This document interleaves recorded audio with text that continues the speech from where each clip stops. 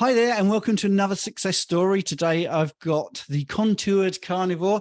Caught my eye on Instagram with some amazing success stories, but her name's Devan. So hi, Devan. Hi, thank you so much for having me. I'm so excited. Good. That's good. It's really nice to have you on.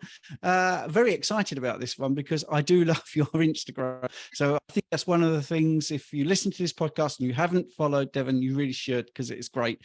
Anyway, I will start with the same question. Every single guest has this question. So Devan, how did you become carnivore? Well, thank you so much for having me on. I've actually been following you for my entire carnivore journey because, of course, I found Bella, found you. So thank you for reaching out first and foremost, because I was elated to get a message from you. But I started out with my health journey about 5 years ago. I had my first son. I was pretty young. And I had gained a ton of weight, and I had Hashimoto's from the time I was 14. And for reference, I'm 30 now. So, about 15, 16 years. I was 24 when I had my oldest son, and I had gained a lot of weight, and I started getting maxed out on my levothyroxine with my Hashimoto's. And so I was very frustrated. I was feeling kind of crappy. And at this point, I was about 220 pounds. And for reference, I'm 5'4". So that's a significant amount of weight to weigh for someone my stature. And so I was really frustrated, and I was like, I've got to do something. And I was chronically sick. I was always, getting cold, sinus infections. And so I was talking to my best friend who is a doctor, and he said, oh, I'm doing a rotation right now. And the doctor I'm working with has been talking about this ketogenic diet. And I was like, huh. And so he ran me through keto, and he's like, I'm doing it right now, trying to lose weight. And so after convincing me, I was like, you know what? I'll do it for 30 days. I'll do it for 30 days and see where it goes. And I hated it for 2 weeks, but I'm going to stick this out. And then I did it for 30 days, and I had lost about 15 pounds in 30 days. And I thought, there's really something to this. And so I kept doing it, kept losing weight. Then I started working out because I was really caring about my fitness, my overall health, not just losing weight. And I went in for my annual checkup with my Hashimoto's, and he did the blood test, and he goes, your levels are really good. And I said, well, I would love to get off of my levothyroxine. That was always the goal. And he said, okay, stop taking it, give it a little bit, and then come back in. And so I went back in, and my thyroid, at this point, I had lost 60 pounds, and my thyroid levels were wonderful. And he said, I don't usually see people come completely off just by changing diet. And he was really impressed. And I thought, wow, like this, there's really something to this.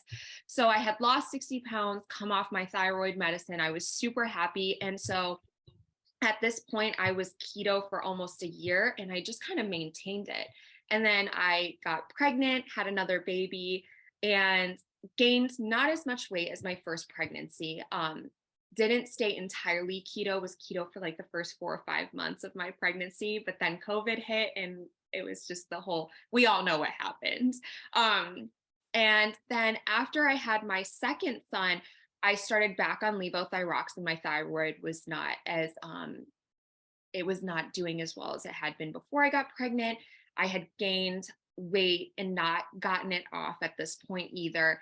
And then I started getting migraines during my second pregnancy. I had never had migraines a day in my life. I was actually hospitalized because my migraines were so intense.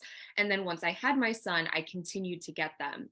So I'm having migraines. I'm back on levothyroxine, and I gained weight that I wasn't losing. And I started getting chronic kidney infections. So in the 12 months after I had my son, I had about 11 kidney bladder infections, and it was chronic pain. So I went to a specialist. He diagnosed me with something called interstitial cystitis, kidney stones, and an enlarged kidney. And for people who don't know what interstitial cystitis is, for my ladies specifically, if you have ever had like a urinary tract infection, essentially it is the feeling of a urinary tract infection without having an infection. So the lining of the bladder becomes super inflamed, and essentially you are feeling all that horrible, the burning sensation, the irritation, cramping. And usually it is affected by the diet, something dietary that you're doing, you're consuming. So I knew something once I had been diagnosed with that, I knew something that I was eating, even in a ketogenic diet, was affecting this. And I was still getting, mild kidney stones, and I had an enlarged kidney. So I was lucky to have a really wonderful urologist. He gave me a list of 10 things and said, you have to cut out every single one of these things.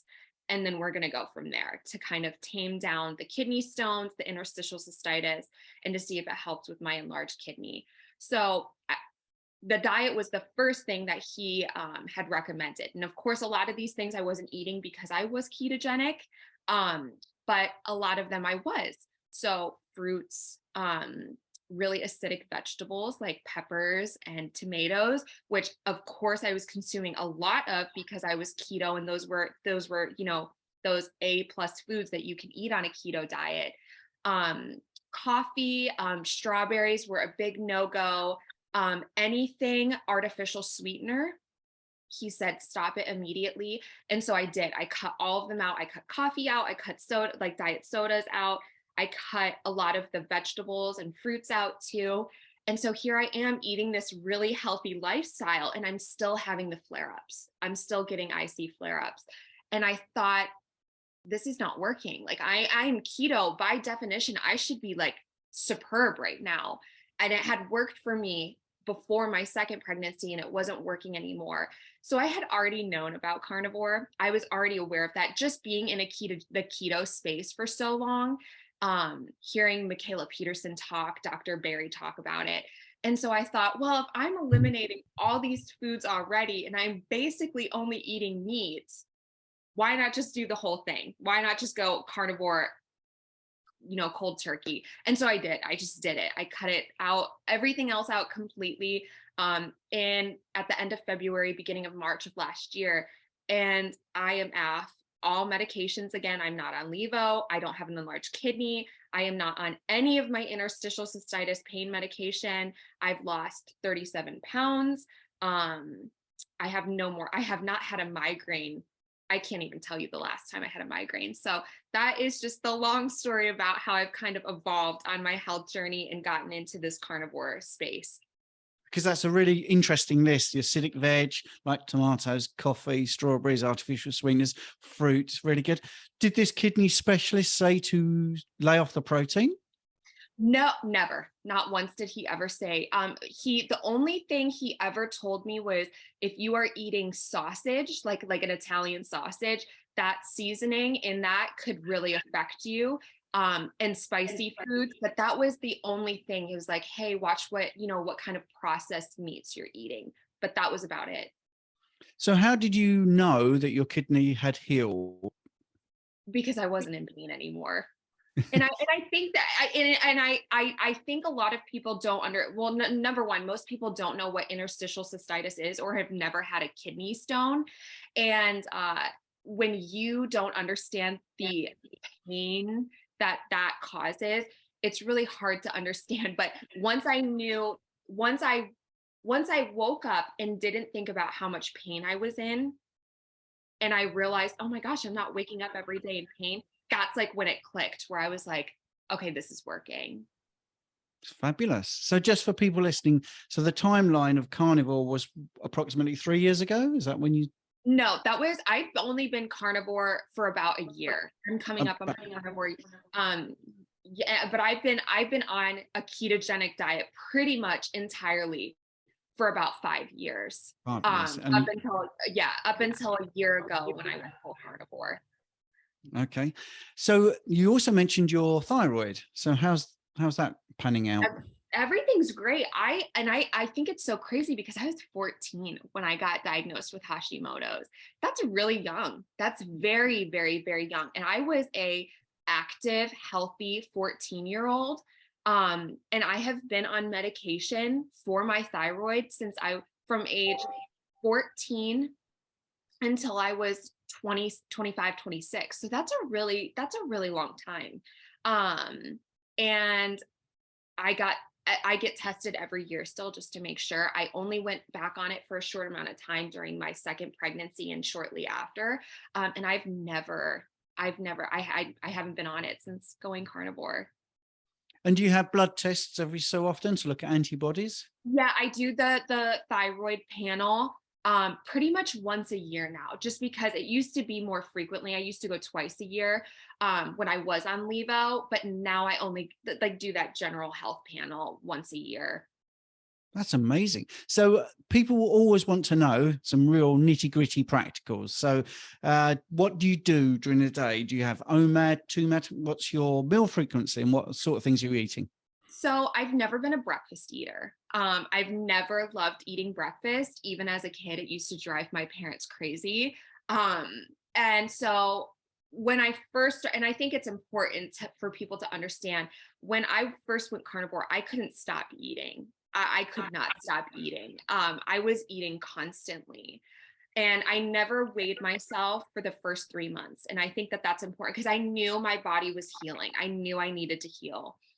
So when I started off, I was eating whenever I was hungry. But now that I've been doing this for a while, I don't eat breakfast. I do a fasted workout first thing in the morning. I work out for 2 hours in the morning, just because that's what feels natural for me. Um, and then I come home, I eat lunch, which is usually ground beef. And then I will eat dinner, which is usually steak. And my eating window is usually 6 hours. And that just feels natural to me. So yeah, that's what my day looks like. And how long have you been doing the workouts? So I love working out. That I started working out pretty intensely when I started keto within 6 months of starting keto. So about 5 years now, I've been on my fitness journey. I started off doing just group fitness classes because I knew I wanted to lose weight, but I also wanted to look good at the weight that I was. And I think that that's another thing that I love to tell people is that you cannot outwork a bad diet.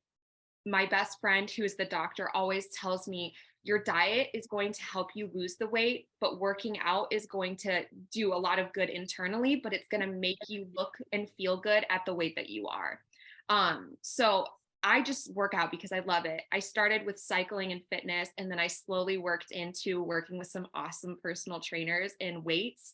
And now I am lifting super heavy 5 days a week because I love it. And I started lifting really intensely and intentionally, probably right after I had my second son. So 2.5 years ago. And that has been what I've been focusing on is really heavy lifting as a female. And when did you first ever work out? When did you get into fitness? Um, so I grew up playing sports. So in high school, I was a volleyball player and I was a really competitive swimmer.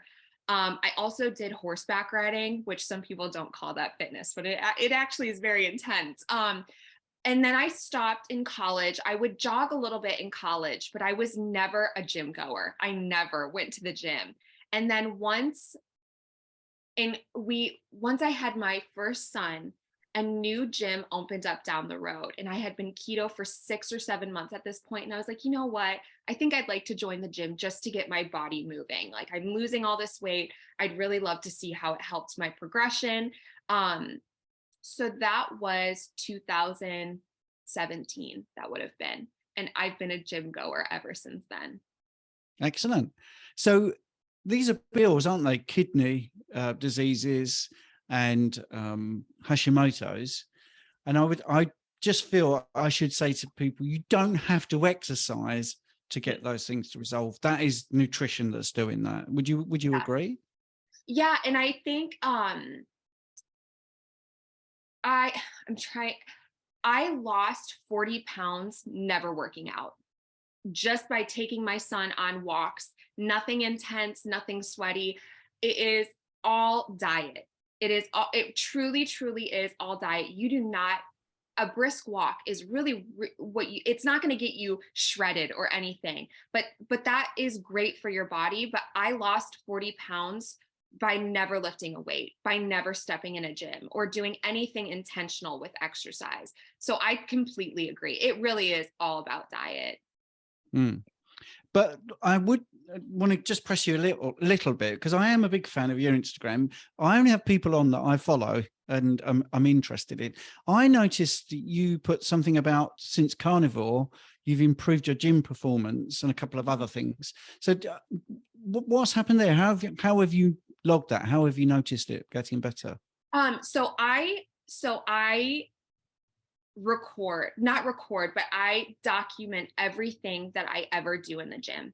So every exercise that I do, a shoulder press, a squat, whatever, I record every single time I go into the gym, how many sets I was able to do at what weight.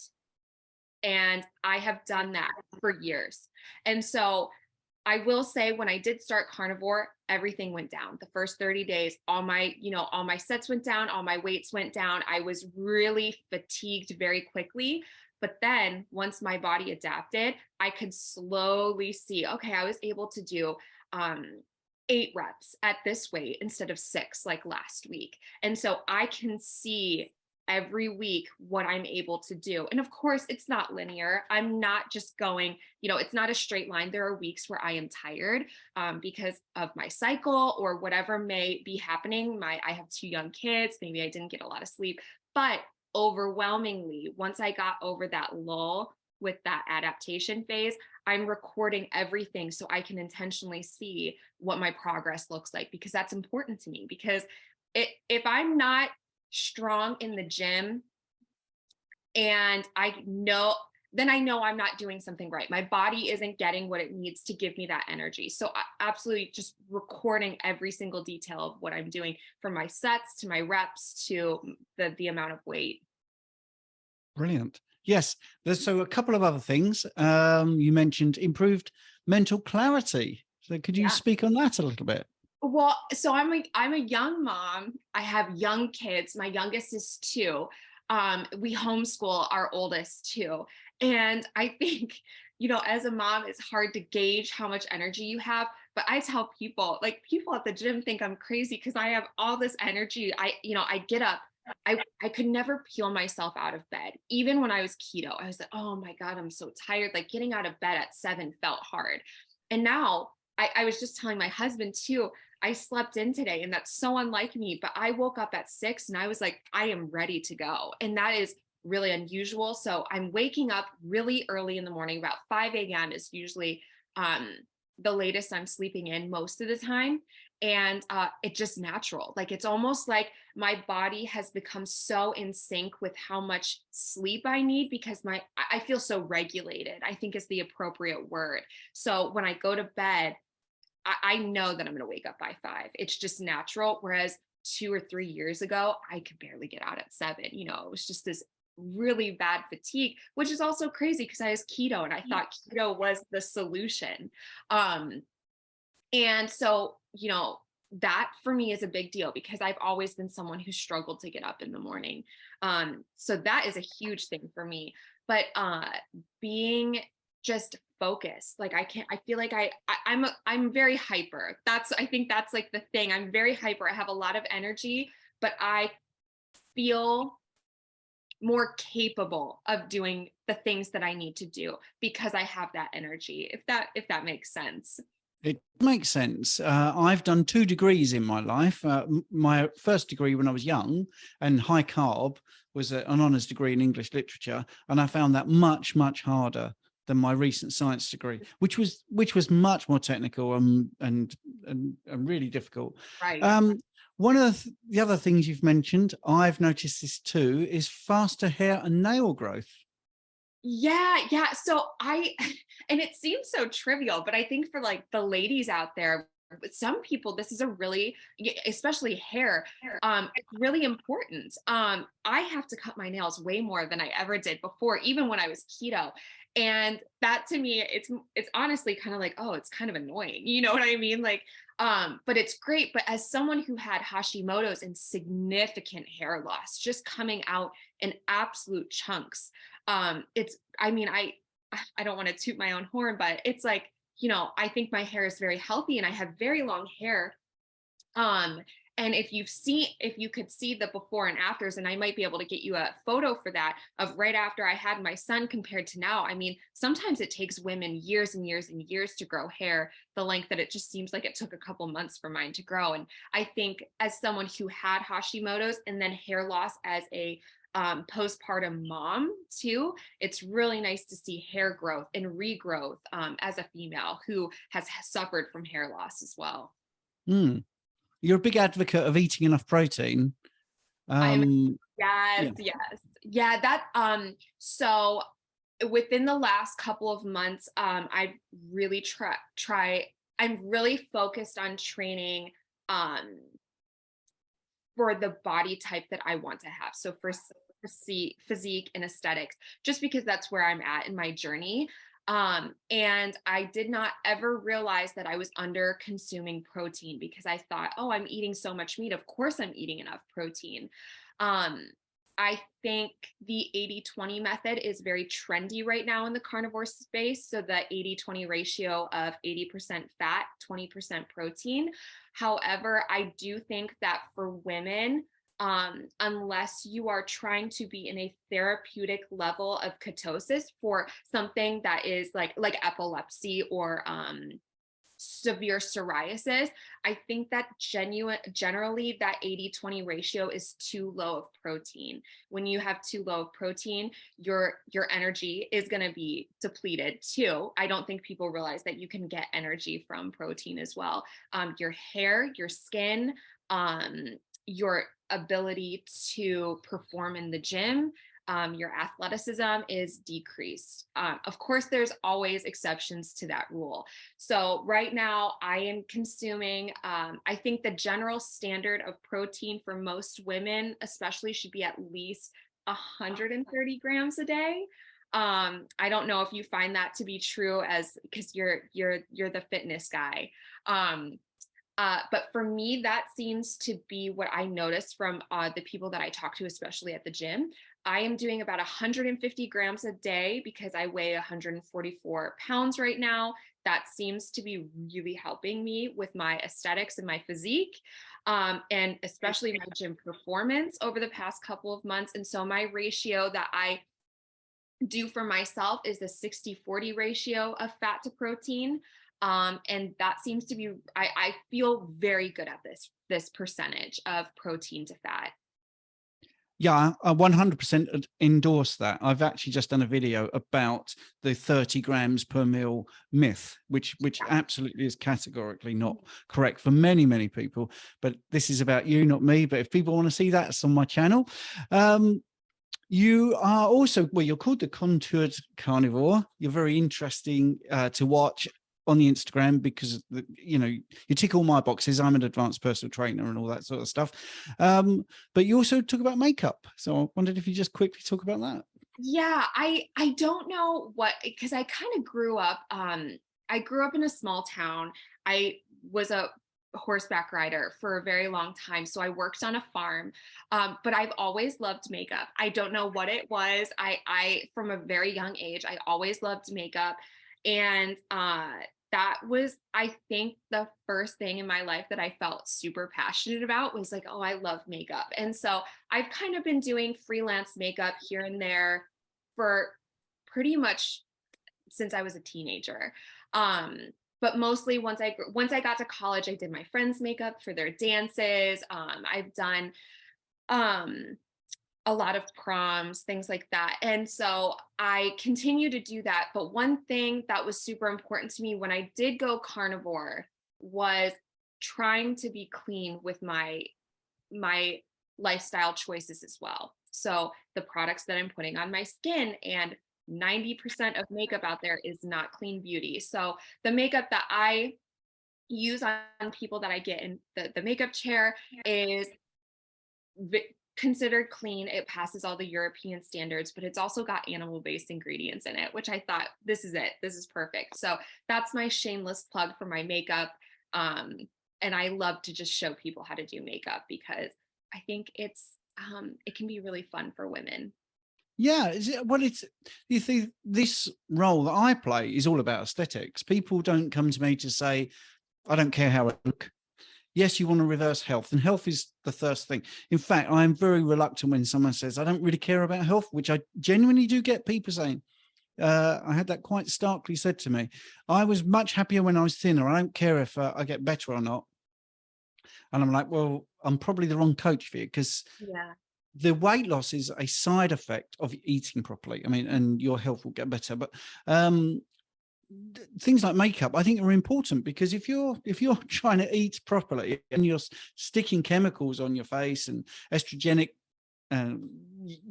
endocrine disruptors or whatever, you're not helping yourself. So I think it's important personally. And you have a podcast, I believe, that talks about that as Yeah, well, don't so you? we have a podcast, Courtney, Luna, and I. She's wonderful. We have a podcast called Eat Me, Question Everything. We upload every Friday, and basically, it's just talking to people in the carnivore, keto, health space about different hot topics.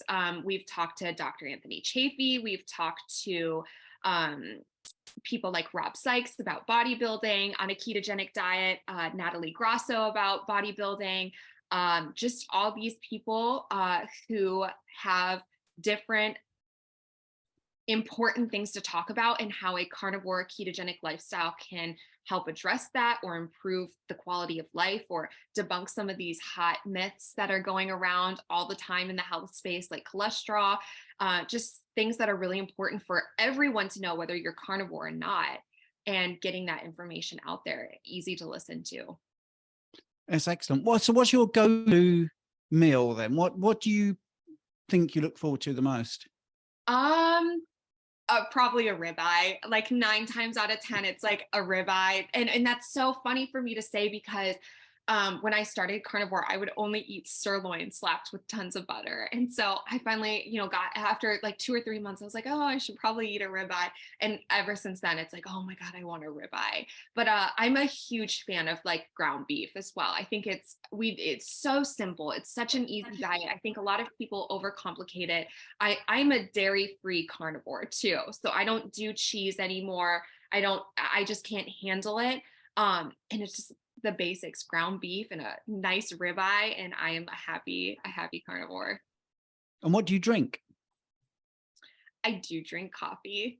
That I've given it up though. That's one of those things where I gave it up in the beginning of my journey. I did cut it cold turkey. I gave it up for a few months, and then I introduced it back in and didn't really feel a difference. And I probably will give it up at some point this year too, just to play around with it.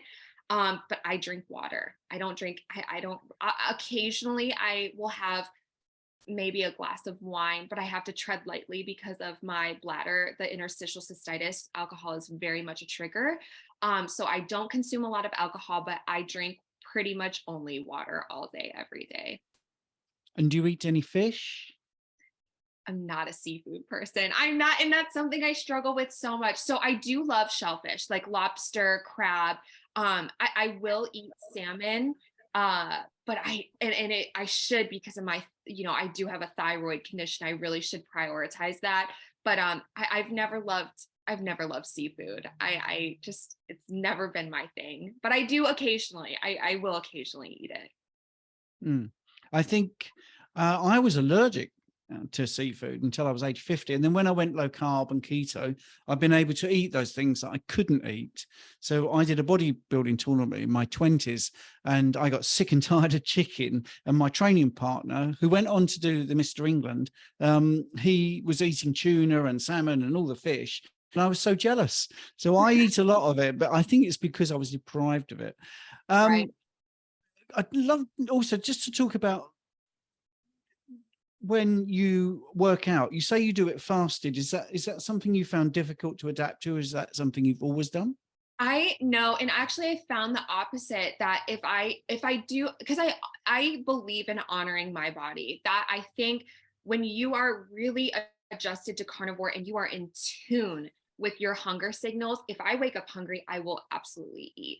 And I've actually found when I eat first thing in the morning, because I just cannot wait, that I have a bit more of sluggish workouts. I do find it a little bit more difficult to get through my workouts, almost because I have this full sensation in my stomach. I feel just like almost full. I can't really describe. I'm not bloated, but I found the opposite to be true. I find fasted workouts just I feel amazing, and I'm not focusing on like, oh, am I gonna throw up? You know what I mean? Because I do tend to push myself pretty hard.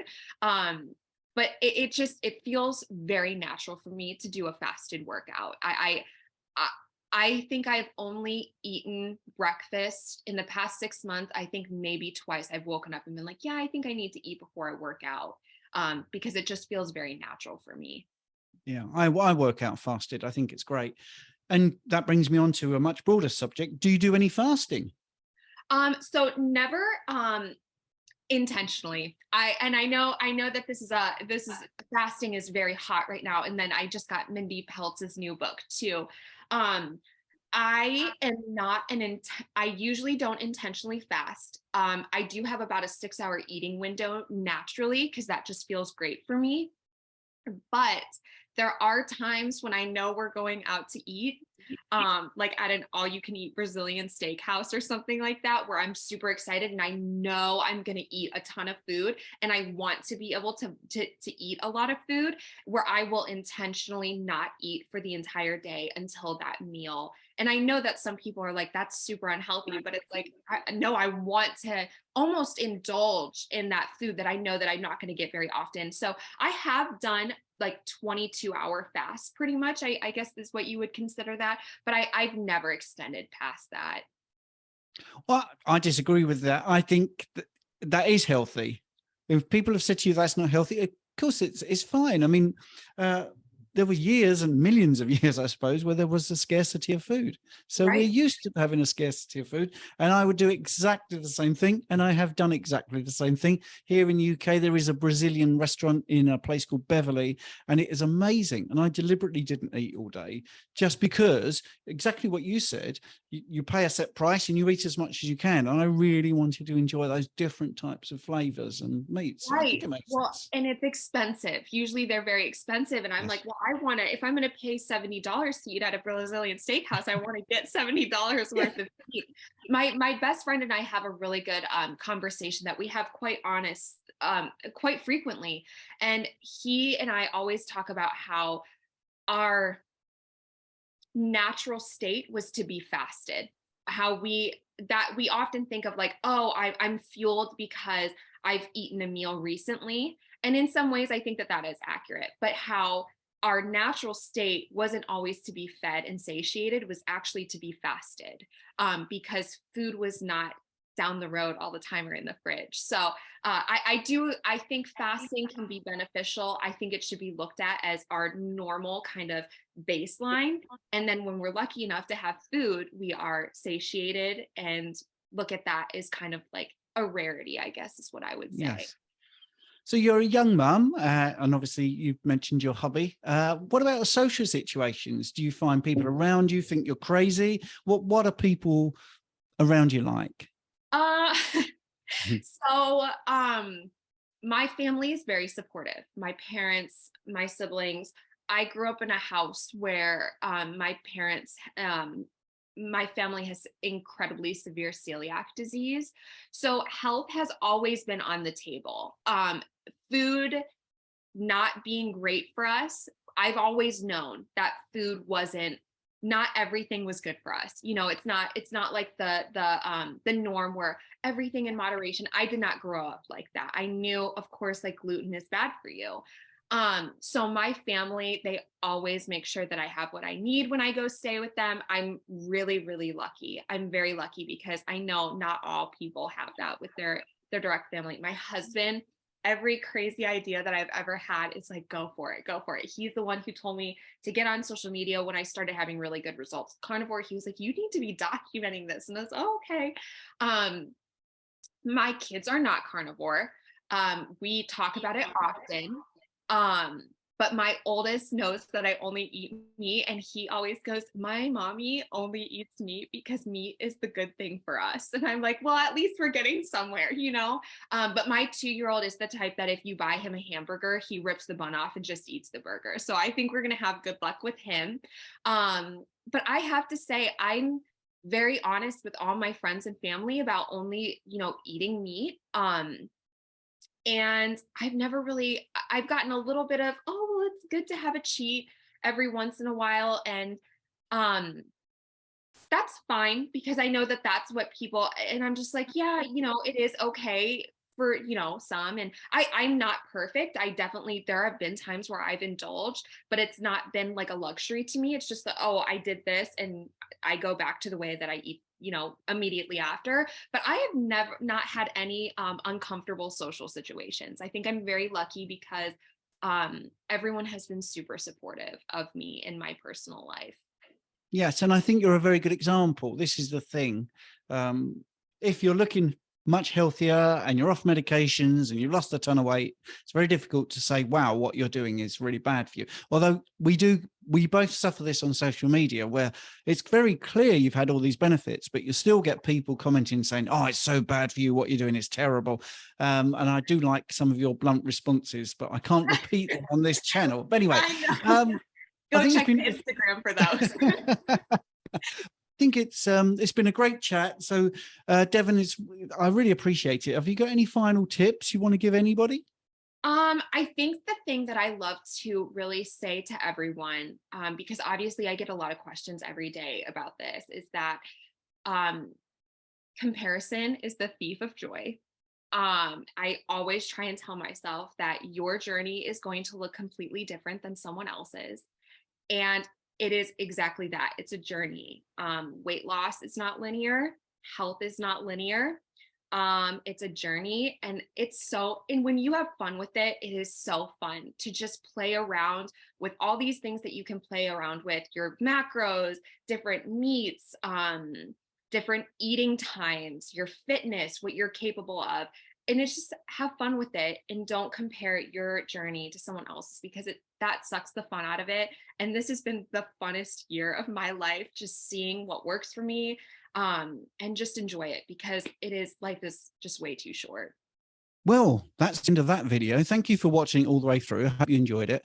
If you've got any comments and you haven't already commented, then please drop a comment.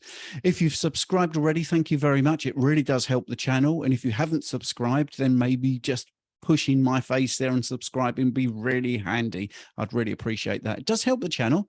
And if you liked it, don't forget to give me a like as well, because that moves the video up the algorithm and more people might get to see it. Thank you so much for the support and getting right to the end of this video. You can go now. There's nothing else. Oh, you're still here. Okay. Well, what else could I tell you? How about a big thank you for staying right to the end and realizing that I was messing about. Yeah, I've gone now, finished. No, really, I've finished.